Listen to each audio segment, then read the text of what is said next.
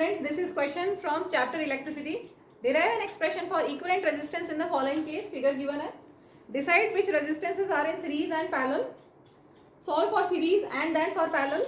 Combine both the results to get the equivalent resistance. तो यहाँ पर सबसे पहले आप ये देखेंगे कि कहाँ पर सेम करंट फ्लो हो रहा है. जहाँ सेम करंट फ्लो होगा वो सीरीज में होंगे और जहाँ करंट डिवाइड हो रहा है वो पैरेलल में. ठीक है, तो ध्यान से देखेंगे फिगर को. तो जो करंट सबसे पहले R1 से, अगर सपोज हमने ये पॉजिटिव टर्मिनल से कनेक्ट किया, सपोज यहाँ पे एक बैटरी लगा दी, ए को पॉजिटिव टर्मिनल से कनेक्ट किया, बी को नेगेटिव टर्मिनल से, तो करंट जो R1 में फ्लो होगा उसके बाद क्या होगा, करंट डिवाइड हो गया.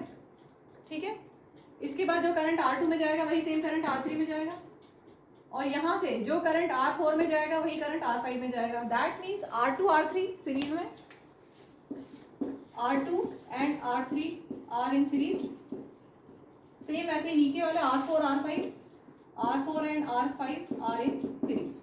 तो पहले हम इनका इक्विवेलेंट निकाल लें सीरीज का. तो R डैश नेम देते हैं पहले वाले का, इनका इक्विवेलेंट R डैश नेम देते हैं और इनके इक्विवेलेंट को R डबल डैश नेम दे देते हैं. तो R डैश क्या होगा, सीरीज में सिंपली ऐड, और R डबल डैश भी सीरीज में सिंपली ऐड. ठीक है, इनका इक्विवेलेंट सर्किट डायग्राम हम बनाते हैं. ये आपके पास है R1 टर्मिनल ए, इसके बाद इन दोनों का इक्विवेलेंट R डैश नेम दिया और नीचे वालों का इक्विवेलेंट हमने दिया R डबल डैश नेम. ठीक है, ये हमारा इक्विवेलेंट सर्किट बन गया. अब R डैश और R डबल डैश कैसा कॉम्बिनेशन है, पैरेलल में, क्योंकि करंट जो यहाँ से जाएगा वो यहाँ पे डिवाइड हो रहा है. अब R डैश और R double dash, R dash and R double dash are in parallel. Parallel में इक्विवेलेंट रेजिस्टेंस निकालने के लिए आपके पास दो फॉर्मूले हैं. मैं दूसरा यूज करूंगी, एक बार बता देती हूँ. 1/R पैरेलल में is equal to 1/R1 plus 1/R2. ये आप सबको पता है. इसको अगर हम सॉल्व करेंगे R1 R2 एलसीएम लेके, तो न्यूमरेटर में क्या हो जाएगा, R2 प्लस R1, और हमें RP निकालना है तो इसका रेसिप्रोकल कर दोगे. तो मैं ये फॉर्मूला डायरेक्ट लगा रही हूँ, ईजी हो जाएगा क्योंकि यहाँ पर वैल्यूज नहीं है. ठीक है, R1 R2 R3 R dash R double dash इसकी फॉर्म है, तो हम ये लगाएंगे तो हमें ज़्यादा ईजी होगा. तो मैं डायरेक्ट ये लगा रही हूँ फॉर्मूला RP का.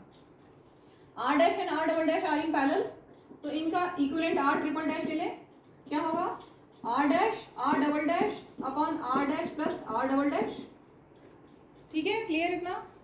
इसका इक्विवेलेंट बना लेते हैं सर्किट डायग्राम. R1 और R डैश और R डबल डैश का इक्विवेलेंट R ट्रिपल डैश. ठीक है,